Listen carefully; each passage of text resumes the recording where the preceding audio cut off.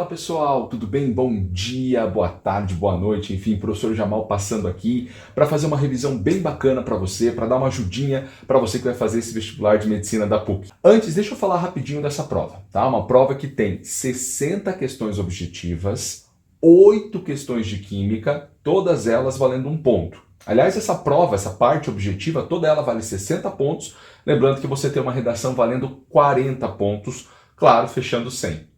Outra coisa muito importante, duração da prova, 5 horas. Prova começa às 13 horas e vai até às 18. Lembrando que os portões abrem 1 hora antes, então meio-dia portão aberto e eles fecham 20 minutinhos antes do início da prova. Canetas esferográficas azul ou preta. Show! E falando da prova de química, dá uma olhadinha nesses itens que mais foram cobrados ao longo dos últimos anos.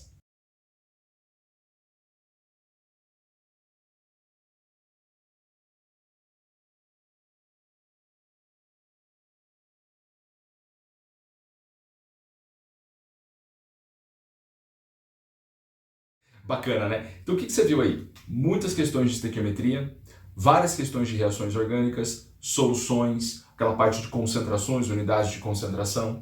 Então o nosso bate-papo hoje, a nossa revisão, ela consiste mais em 3 pontos. Vamos dar uma olhadinha em funções orgânicas, estequiometria e falar um pouquinho de soluções. Combinado?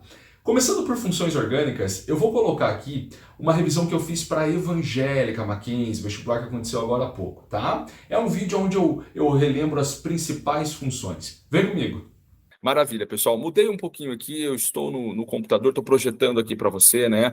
É como se fosse uma aula mesmo, ok? Essas aulas particulares que eu faço, algumas eu vou lá para o quadro, algumas eu venho aqui no PowerPoint. Vamos lá, vamos dar uma passadinha em hidrocarbonetos, vamos dar uma passadinha nas principais funções orgânicas, na verdade, né? Então, começando com o hidrocarboneto, tá? Bom, aqui só tá é bem simples, né? Hidrocarboneto só tem carbono e hidrogênio na cadeia. Nós temos um exemplo aí. E aí, para dar nome, lembre-se, é prefixo de número de carbonos, mais o tipo de ligação entre carbonos, mais o O de hidrocarboneto. Vou deixar algumas dicas para você aqui, hein? Hidrocarboneto acaba em O. Beleza? Então aí é o prop, 3 carbonos, an, ligações simples entre carbonos e o hidrocarboneto. Bora para a próxima. Álcool, eu preciso ter hidroxila em carbono saturado. O nominho deste grupo funcional aqui é hidroxila ou oxidrila, tá bom? Em carbono saturado. Carbono saturado só faz ligações simples, tá bom? Show de bola. Etanol é o nosso exemplo mais clássico. Lembrando, ó, nome para álcool, prefixo para 2, et, ligação simples, an, e eu tenho a minha hidroxila em carbono saturado. Álcool acaba em ol. É só você falar álcool, ok? Álcool acaba em ol. Etanol ou álcool etílico. Próxima, vai ser rápido, hein? Função orgânica rapidinho. Quando eu tenho a hidroxila diretamente ligada num composto aromático, por exemplo, benzeno, o benzeno é o aromático mais famoso. Se eu tiver hidroxila diretamente ligada nesse cara, eu tenho a função fenol, nome descomposto, hidroxibenzeno, um dos nomes, né? Bora, próxima. Aldeído, eu preciso encontrar esse grupo funcional aqui, tá bom? A gente chama esse grupo funcional de aldoxila. Se tiver aldoxila, a cadeia é aldeído. Legal? Nome, prefixo para carbono, um carbono, met. Não tem outro carbono para fazer duplo ou triplo, a gente usa o an. Aldeído acaba em al. Aldeído acaba em al. Aldeído acaba em al. Beleza? Metanal, ok. Cuidado que metanal em água é o formol. Cetona é muito legal. Você tem que achar C dupla O, que a gente chama de carbonila, C dupla O ligada em pelo menos outros carbonídeos. Aliás, C dupla O ligada em 2 carbonos, né? Então, olha só, é uma C dupla O CC, que eu chamo, ó. C dupla O CC. Tudo bem, a cadeia pode continuar para cá, tá? Se fosse uma grafia de bastão, pode continuar para cá, tudo bem. Mas eu preciso ter uma C dupla O, a carbonila ligada em 2 carbonos. C dupla O, CC. Aí o macetinho que eu passo para a galera é C dupla O, CC. CCCC, cetona. Pô, se a gente tivesse numa sala ou numa aula, se a gente ia fazer até um som aqui. C dupla O, CC. CCC, cetona. Grava aí, grava aí. Essa é a propanona, prefixo para 3-prop, ligações simples entre os carbonos an e cetona acaba em ona. Cetona, ona, propanona, ok? Show. Ácido carboxílico, você vai ter que achar a carboxila, que é esse grupo funcional aqui. Você vai gravar assim, ó, C dupla O, OH carboxila, e vai bater 3 vezes aí, bate 3 vezes aí na sua mesa, ó. Tu, tu, tu. C dupla, tremeu tudo. C dupla O, OH carboxila, tu, tu, tu. Para que bater 3 vezes, senhor? É para espantar o azar, né? Vamos espantar o azar também, ô louco. C dupla O, OH carboxila, tu, tu, tu. Olha só, esse daqui, na minha opinião, é o ácido carboxílico mais famoso. Escreve ácido, tem que escrever prefixo para 2, Jamal. Et, ligação simples, an, e ácido carboxílico acaba em óico, sufixo óico, beleza? Ácido etanóico ou ácido acético do vinagre. Próxima. Éster, você vai ter que achar este pedacinho na cadeia aqui, ó. C dupla O, OC. ST. De novo, grava aí. C dupla O, OC. ST. Fechou? C dupla O, OC. ST. Beleza, professor? Então, esse é o etanoato de metila. Lembre-se, ésteres de cadeia pequena. Eles geralmente dão um gostinho de fruta aí para alguns docinhos. E a gente chama isso de flavorizantes. Ésteres podem ser flavorizantes, quando dão gosto de fruta aí para alguns docinhos. Combinado? Éter, COC, tem que achar esse pedacinho na cadeia. COC, que a gente brinca carinhosamente e fala para você, ou quando você quiser, tomar um coqueter. Você vai se ligando nos macetes. Coqueter, COC, coqueter. Vou tomar um coqueter de morango, um coqueter de abacaxi. Você vai tomar um coqueter, mas cuidado, hein? Não vai abusar, hein? Ô, louco. Coqueter, beleza? Esse é um éter, COC. Esses carbonos aqui, ó, esses carbonos ligados no O, eles podem ser um carbono aromático, tá? Pode ser um benzeno na esquerda ali, um carbono que não seja de benzeno. Você tem que achar COC, meu. Por exemplo, aqui, ó, metoxetano, etoxetano, tá? O Jamal tá pulando algumas nomenclaturas para o vídeo não ficar tão longo. O foco aqui é reconhecimento, né? Olhar para a cadeia e saber de qual função a gente está falando. Show, então, show. Seguindo, amina e amida, a eterna cobrança do vestibular, ele vai explorar a diferença. Amina, nitrogênio em carbono. Amida, nitrogênio em carbono. Aí você fala, mas é a mesma coisa. Não, na amida o carbono tem dupla O, certo? Na amida, olha lá, hein? D de dupla, grava aí, ó, D de dupla, dupla O. Na amida, o nitrogênio está ligado em um carbono com dupla O, a carbonila, né? C dupla O. E na amina, esses carbonos ligados ao N não podem ter essa dupla O. Fechou?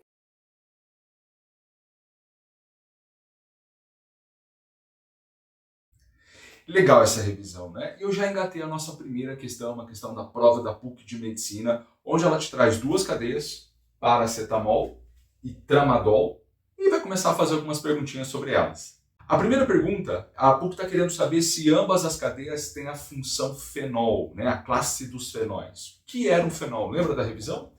Uma hidroxila diretamente ligada em composto aromático, nesse caso que o benzeno é mais famoso. E nós temos isso, né? Nós temos aqui, a gente tem uma hidroxila diretamente ligada no composto aromático. Função dessa cadeia, aliás, dessa região da cadeia, função fenol.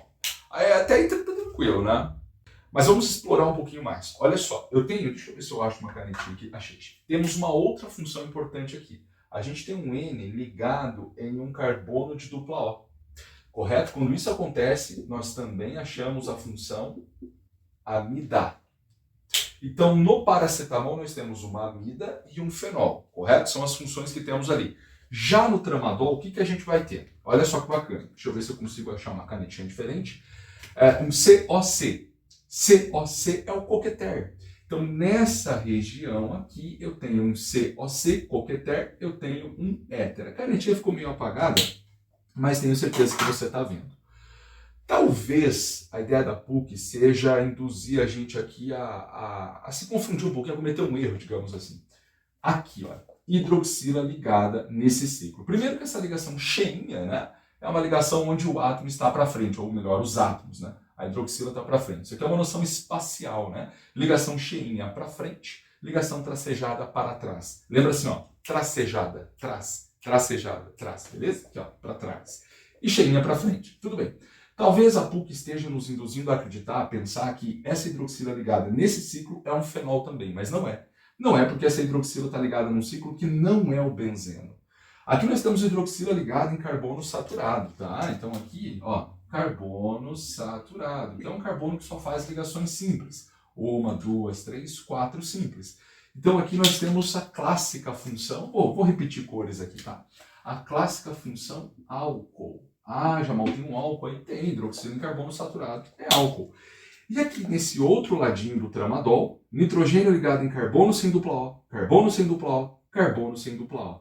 Toda essa região aqui configura para a gente a função amina. É um nitrogênio ligado em carbono sem dupla O. Você toma cuidado, tem gente que confunde isso aqui, tá? Aqui, Jamal, eu tenho um N ligado em carbono sem dupla O. Tudo bem. Ah, mas então não é uma amina também? Não. Quando no N eu tenho uma ligação com C dupla O, no mesmo N, esse N já está ligado numa C dupla O, é amidal que você tem. Por mais que o outro lado pareça uma amina, não. No mesmo N prevalece, digamos assim, tá? A função amida. Então aqui você tem uma amida e não importa aqui. Aqui não, né? Aqui eu tenho um N ligado em 3 carbonos sem dupla O. Então aqui eu tenho uma amina. Combinada? Então essa letra está incorreta. Já a letra B, ela fala assim, o número de carbonos hibridizados sp2 para as duas substâncias é o mesmo. Né? Nós temos o mesmo número de carbonos sp2. Rapidinho, lembra do macetinho dos 4 dedos? Se você não conhece, rapidinho. Ó, eu tenho aqui 4 ligações para o carbono, correto? Se ele fizer as 4 ligações simples, como nós vamos ter uma afastada da outra, eu vou deixar os 4 dedos afastados uns dos outros, tá? E aí, para eu lembrar o número em cima, sp3, sp2, eu conto os espacinhos entre os dedos. 1, 2, 3, sp3. Então, o carbono que faz 4 simples, sp3. Se o carbono faz uma dupla, junte 2 dedos, né? Dupla. 1, 2, sp2. Então, o carbono que é sp2, como a PUC está cobrando, é carbono de dupla. Se o carbono fizer uma tripla, deixa eu guardar as canetinhas aqui. 1, sp1, que a gente não fala nem escreve, fica sp. E se ele fizer 2 duplas, que eu não consigo fazer, eu vou ter que fazer assim, ele tem um espacinho sp1, né? Ou melhor, sp. Então o carbono que faz tripla é sp, carbono que faz 2 duplas é sp também, carbono que faz, uma dupla, 1, 2, sp2, e carbono que faz 4 simples, 1, 2, 3, sp3. Você vai ter que sair contando, literalmente contando. Aí achar todos os carbonos que fazem dupla, porque serão sp2. Ó, esse carbono faz dupla aqui, né? Esse é sp2, aqui tem outro. Então no benzeno, na verdade, os 6 são sp2, ó. 1, 2, 3, 4, 5, 6. Todos eles fazem dupla. Todos eles são sp2. Eu tenho mais um carbono aqui que faz uma dupla, né? E portanto é sp2. Ah, mas é com O. Não, o importante é fazer a dupla e não com quem ele faz. Tá? Então aqui eu tenho 6 sp2 mais 1 sp2, tenho 7 sp2 no paracetamol. Agora aqui no tramadol, vamos lá, eu tenho 6 aqui, né? 6 aqui, porque eu tenho 6 carbonos fazedores de dupla e 6. Não tenho mais carbono que faz dupla. Então aqui eu tenho 6 sp2 e aqui eu tenho 7 sp2. Letra B, incorreta também. Letra C. Nela, a PUC diz pra gente que o paracetamol tem apenas uma estrutura espacial, enquanto o tramadol pode até ter 4 estruturas espaciais. Bom, o que é isso? Como essa questão de estruturas espaciais, aqui tem 4, até 4, ali tem uma só. Funciona da seguinte maneira. Estrutura espacial está relacionada à isomeria espacial. Isomeria espacial se divide em duas. Geométrica, a famosa cis e trans, Z e E também. E a óptica, a famosa isomeria do carbono quiral. Tudo bem. Então, se eu tiver isomeria espacial nessas cadeias, elas podem ter mais de uma estrutura espacial. No paracetamol, você não tem cis e trans, tá? E você também não tem isomeria óptica, porque você não tem carbono quiral. Lembro você que carbono quiral é um carbono que tem 4 ligantes diferentes. 4, não 3, não 2, 4 ligantes diferentes. Bom, vamos lá. Se ela tivesse isomeria cis e trans, o cis e o trans são estruturas espaciais, diastereoisômeros, não são imagens especulares, grava tudo isso. Já teríamos 2 estruturas espaciais, mas ela não tem cis e trans. Uma dica rápida para você. Quando a cadeia é aberta, para eu ter cis e trans, eu preciso ter dupla entre carbonos com ligantes diferentes em cada carbono da dupla. E para eu chegar a usar cis e trans, é aconselhável que você tenha um H em cada carbono da dupla. Um H. Não pode ser 2, né? Não podem ser 2, porque daí você nem isomeria geométrica vai ter, você vai ter ligantes iguais. Então, é aconselhável o uso do termo cis e trans, dos termos cis e trans, quando você tem um H em cada carbono da dupla, certo? Além de ligantes diferentes nesses carbonos da dupla, um desses ligantes tem que ser H diretamente ligado nesse C da dupla. Aí eu teria isomeria geométrica, aí eu teria o cis e o trans, dois isômeros espaciais, duas estruturas espaciais. Repito, diastereoisômeros, não são imagens no espelho cis e trans, ok? Tudo bem, eu não tenho cis e trans aqui, eu não tenho essa dupla entre carbonos, ok? Enfim, aqui no benzeno eu tenho, né? Mas quando é ciclo, rapidinho, quando é ciclo, eu preciso achar dois carbonos do ciclo com ligantes diferentes para fora do ciclo. Nesses dois carbonos, cada um deles tem que ter ligantes diferentes para fora do ciclo. Dois ligantes diferentes para fora do ciclo em cada carbono do ciclo. Eu não vou conseguir ter isso no benzeno. Pelo fato dos carbonos fazerem dupla, eu só consigo ter um ligante para fora em cada carbono. Eu precisava ter dois ligantes para fora em cada carbono e os dois ligantes em cada carbono diferentes. Enfim, eu não tenho geométrica aqui, tá? Acabei estendendo um pouquinho para te tentar te ajudar em isomeria geométrica. Também não tenho, então, a isomeria óptica, porque eu não tenho carbono quiral. Ei, esqueça carbono quiral no benzeno. Não vai ter. No benzeno, o carbono consegue fazer 4 ligações, né? Ter 4 ligantes, melhor dizendo. Fazer 4 ele faz, mas ele não vai ter 4 ligantes diferentes. Esse carbono aqui, professor, ele não é quiral? Não, ele tem um ligante, 2 ligantes e 3. Você pega tudo, né? 3 ligantes diferentes. Esse carbono tem 3 ligantes diferentes. Então, não tenho quiral, não tenho cis e trans, não tenho isomeria óptica porque eu não tenho quiral, eu não tenho possibilidades de ter mais do que uma estrutura para essa cadeia, justamente essa que está aqui. Então, nós vamos considerar que ela só tem uma estrutura espacial. Já que, bom, aqui o lance, vamos encurtar um pouquinho a conversa, o lance é achar carbono quiral. No benzeno, esquece, não vai ter carbono quiral. Esse carbono não é quiral, claro, ele tem 3 ligantes iguais, 3 hidrogênios. Os quirais estão onde? Aqui. Eu vou colocar asterisco, que é o símbolo clássico que a gente usa para indicar carbono quiral. E esse aqui também é um quiral. Professor, por quê? Quiral tem que ter 4 ligantes diferentes. Observe a minha contagem de ligantes, primeiro para esse aqui, digamos, o mais da esquerda. Primeiro, ligante de cima, H. Ligante para a esquerda, tudo isso aqui, tudo isso aqui, tudo. Tá, professor? Já são 2 ligantes diferentes, ó, H e tudo isso aqui. Quando ele está em ciclo, é interessante você aplicar o esqueminha da rotação. O que é rotação, professor? Você dá um giro, sai desse carbono e dá um giro no sentido anti-horário e volta nele. Depois você sai do mesmo carbono e faz um giro horário voltando nele. Compare as sequências de átomos em ambos os giros. Compare as sequências. Deixa eu fazer aqui para você rapidinho. Ó. Se eu vou no sentido anti-horário, olha só os átomos que eu passo. Ó. Saindo dele, anti-horário. CH2, CH2, CH2, CH2 e um C de OH. Tá? Gravou, ó. CH2, CH2, CH2, CH2. Essa é a sequência anti-horária, considerando esse carbono. Agora saia dele e faça um giro horário. Repare que a sequência muda. C de OH, CH2, CH2, CH2, CH2. Tá vendo? Ó? O primeiro cara que eu passo é um C de OH. E na outra sequência era um CH2. Repetindo, C de OH e aqui é um C de CH2. Então, o que eu estou dizendo? Eu estou dizendo que as sequências, os giros estão mudando. A sequência de átomo muda. Então, essa rotação no anti-horário tem uma sequência de átomos diferente dessa rotação no horário. Se as sequências são diferentes, cada rotação eu conto como um ligante. E se as sequências são diferentes, são ligantes diferentes.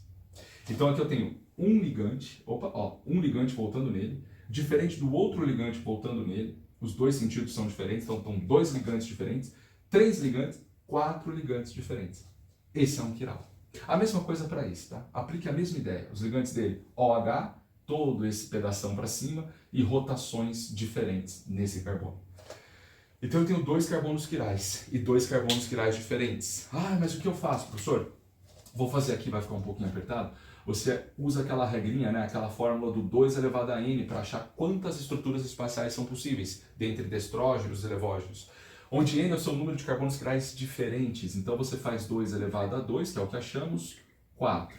O que significa isso, Jamal? Significa que eu tenho 4 estruturas espaciais diferentes para esse composto. 2 destrógenos e 2 levógenos. Combinado? Sempre quebra no meio ali. Na letra dele vem falar para mim que o paracetamol tem uma mina secundária e o tramadol uma mina terciária. O tramadol tem uma terciária, né? É um N que está fazendo aqui 3 ligações com carbonos, né? Então isso aqui é uma mina terciária. Certo, professor, e agora? Bom, já que no paracetamol, a mina a gente não tem, né? A gente tem uma amida, então essa D está errada, beleza? E para encerrar, ele vem na letra E falando que as duas substâncias são incapazes de interagir com água. O que não é verdade, né? Porque, por exemplo, paracetamol, só vou te dar uma ideia. Ele tem hidroxila. É só uma das regiões. Depois, ele tem outras regiões também que interagem com água, mas a hidroxila é uma região muito clássica. Ela interage com água via ligações de hidrogênio. Então, paracetamol interage com água.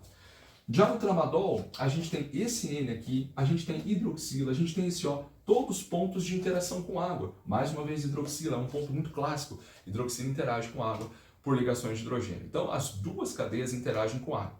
Gabarito desse item, letra C, fechou? Vamos lá, próxima questão vai aparecer para você aí.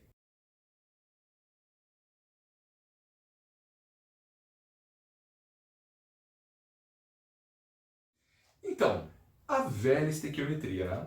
Cálculo estequiométrico é um dos assuntos mais cobrados na química, sem dúvida alguma, por vários vestibulares. Não podia ser diferente na prova de medicina da PUC. E aí é uma estequiometria bacana, porque é uma estequiometria que envolve rendimento e envolve equações, etapas, né? Etapas, equações sequenciais, como você quiser pensar. Ou seja, a etapa de baixo só aconteceu porque formou o SO2 na primeira etapa. Então eu tenho uma primeira etapa para formar o SO2 vem aqui, ele é reagente da segunda etapa, forma o SO3 vem aqui embaixo, e é reagente da terceira etapa e finalmente você chega no seu produto ali de interesse, no caso o ácido sulfúrico. Então, uma equação após a outra. Clássico, a PUC já cobrou isso várias vezes, então eu escolhi essa questão aí, digamos, a dedo, para que você, enfim, consiga relembrar como se faz. Ah, e lembrando, cada equação tem o seu rendimento, daqui a pouquinho a gente vê isso. Primeiro, equações que tenho, exercícios que eu tenho várias etapas, equações ali, várias etapas. Somar e fazer uma global. Combinado? Somar e fazer uma global. Você vai fazer sua estequiometria na global. Primeira coisa, vamos fazer isso. Professor, como que eu faço essa global? Então, tudo bem, vamos imaginar aqui uma retinha, que não é tão retinha assim, porque eu não consigo fazer reta, eu fiz essa assim, eu fiz assim, tá. Para eu somar essas equações, para eu fazer uma global, melhor falando, você tem que cortar os famosos intermediários. O que é intermediário, Jamal? Substâncias iguais em lados opostos da seta. Perceba você que o SO2 é formado aqui e consumido aqui na de baixo, porque ele é reagente na de baixo.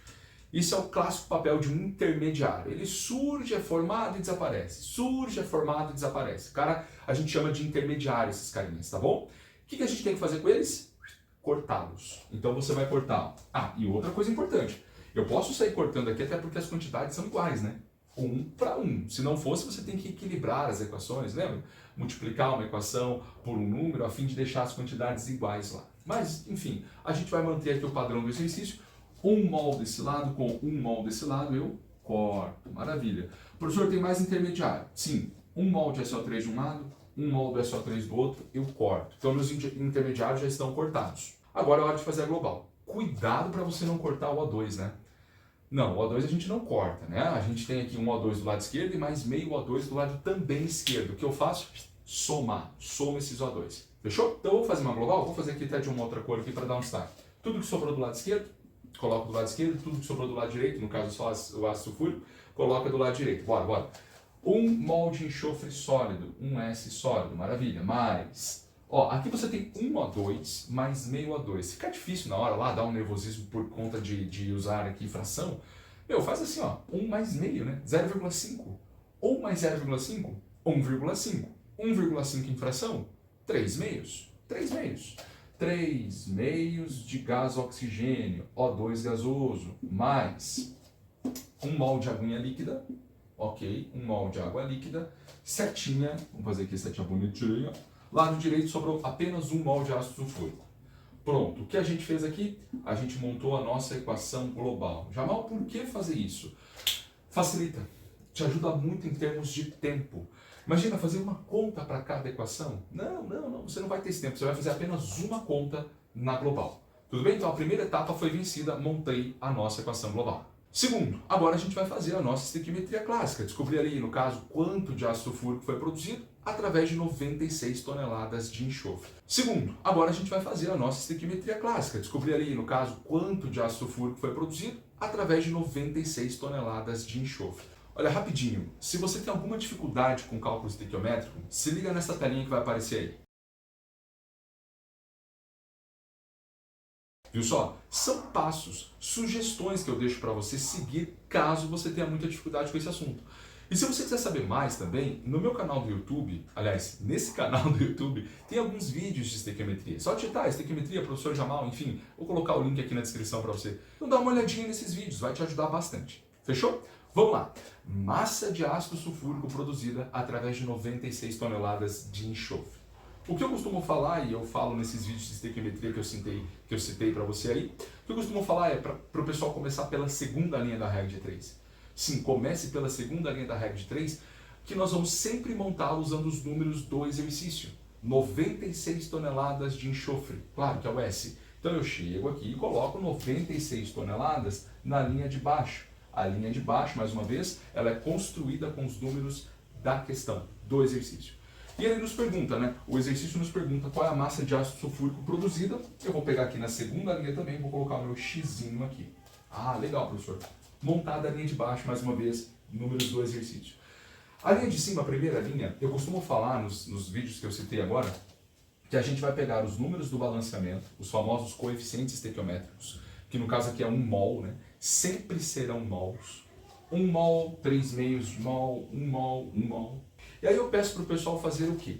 Pegar esse caso aqui, 1 mol, e transformar para a mesma unidade do número de baixo. Tudo bem que mol não vai sair em tonelada, mas tonelada nos faz lembrar de massa. Então eu vou transformar esse mol para massa. E aí a PUC nos deu, caso não apareça no exercício, a PUC também dá a tabela periódica. Enfim, a PUC, de algum jeito, ela vai nos informar a massa de 1 mol de S, que no caso são 32 gramas. Então, 1 mol transformei para gramas, porque o número de baixo está em toneladas, ou seja, pelo menos criei aqui uma coluna de massa. A mesma coisa eu vou fazer aqui. Eu tenho 1 mol de ácido sulfúrico, onde o seu H é 1, o seu S é 32, o seu O é 16. E eu vou fazer esse 1 mol virar o quê? Bom, como eu tenho que achar essa massa de ácido sulfúrico produzida, esse 1 mol vai virar massa. Então, olha só. 2 vezes 1, que é a massa do H, né? Mais 1 vezes 32, que é a massa do S, mais 4 vezes 16, que é a massa do O. Tudo isso vai te dar 1 mol como 98 gramas. O ácido sulfúrico, 98 gramas. Com o 9 aqui agora está um pouquinho mais bonito. Ai, professor, mas aqui você está com grama e toneladas. Isso vai te atrapalhar muito. Não, não vai. Não vai. Eu vou te mostrar rapidinho. Se você resolver abrir a regra de 3, olha que legal. Você vai fazer 32 gramas vezes x. Vamos fazer aqui em cima? 32 gramas vezes o meu x igual 98 gramas vezes 96 toneladas. 98 gramas vezes 96 toneladas. Olha que interessante o que acontece. Grama de um lado com grama do outro você corta. Ah, sobrou tonelada. Sim, sobrou tonelada. Quer dizer, eu não precisei me preocupar com esse grama e toneladas aqui, porque esses 2 gramas vão ser cancelados, sobrando a unidade de tonelada, que inclusive meu X vai sair nela, né? Meu X sai em toneladas. Então ficou bem mais tranquilo. E também aqui você não precisa continuar com essa conta, né? Por quê, Jamal? Porque olha a proporção que tem entre esses números, olha que bacana. 32 para 96 a gente está multiplicando por 3. Basta você vir na outra coluna, multiplicá-la também por 3, que você já vai chegar no teu X. Combinado? Então a gente vai fazer 3 vezes 98, deixa eu colocar o meu X aqui. 294 toneladas, né? 294 toneladas. Mas será que essa já é a nossa resposta? Não, não é não, né? Porque cada etapa tem o quê? Um rendimento. Cada etapa tem uma perda de eficiência, digamos assim. Então o que a gente tem que fazer? Pegar esse último resultado que só seria obtido se todas as etapas tivessem sido perfeitas, ou seja, rendimento de 100%. Que não foi o caso. Cada etapa tem seu rendimento. O que a gente faz? Tem uma dica muito legal para você quando tem várias etapas, cada uma com rendimento. Pegue o rendimento de cada uma delas e multiplique pelo resultado final. Sim, dá para fazer isso direto. Então o rendimento da primeira etapa foi 95%. Eu multiplico isso aqui por 0,95. Tem que tirar a porcentagem. O rendimento da segunda etapa, 60%, vezes 0,6. E o da terceira etapa, 80%. Faço vezes 0,8. Isso tudo vai nos levar para o número 134 toneladas, que é a nossa alternativa correta, letra C, nessa questão. Então, com isso a gente revisou um pouquinho de estequiometria, equações em várias etapas, rendimentos. Show? Bora para a nossa próxima e última questão. Vamos lá!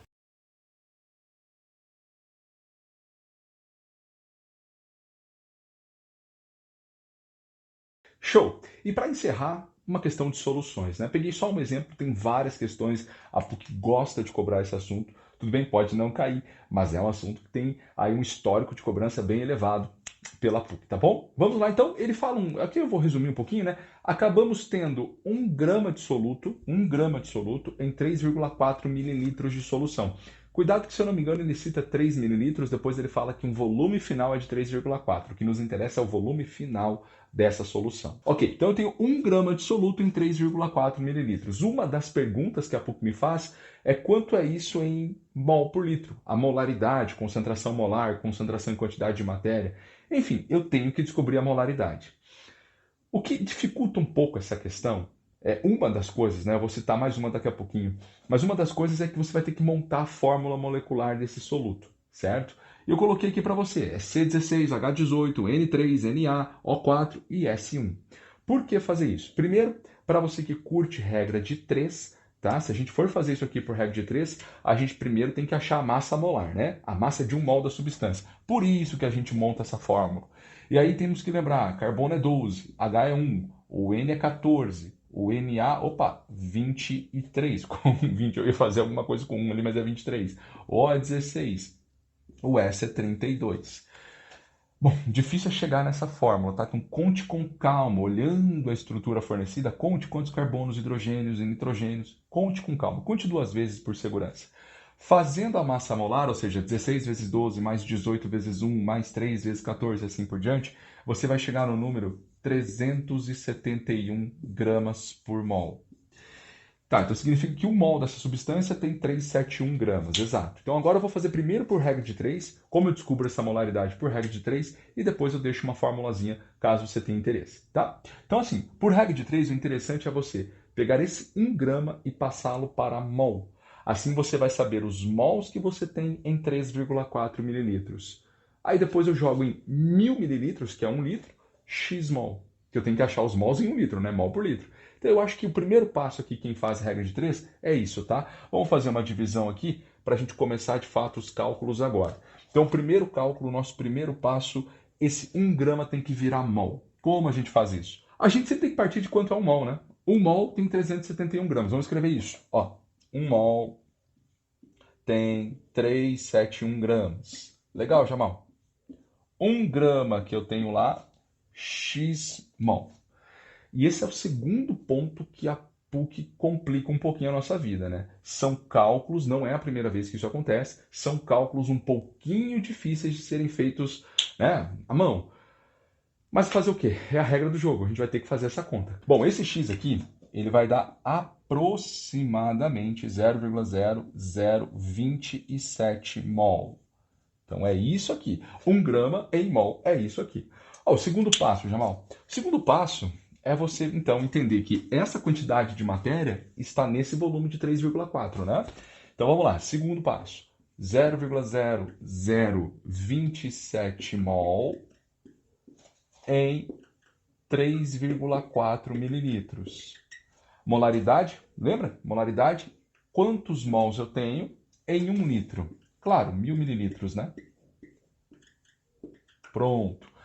Também uma conta um pouquinho mais complicada, mas faça com calma, você vai chegar num Y igual a 0,79 mol por litro.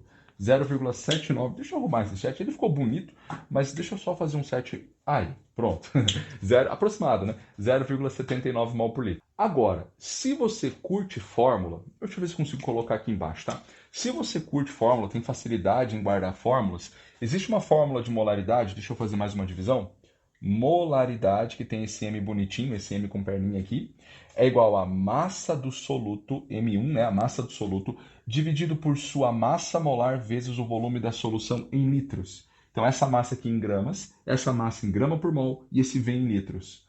Olha, é só substituir, né? Fica ali em cima 1 grama dividido por 371 gramas por mol vezes o volume 3,4. Cuidado, vai ter que dividir por 1000 para passar para litros. 0,0034 litros.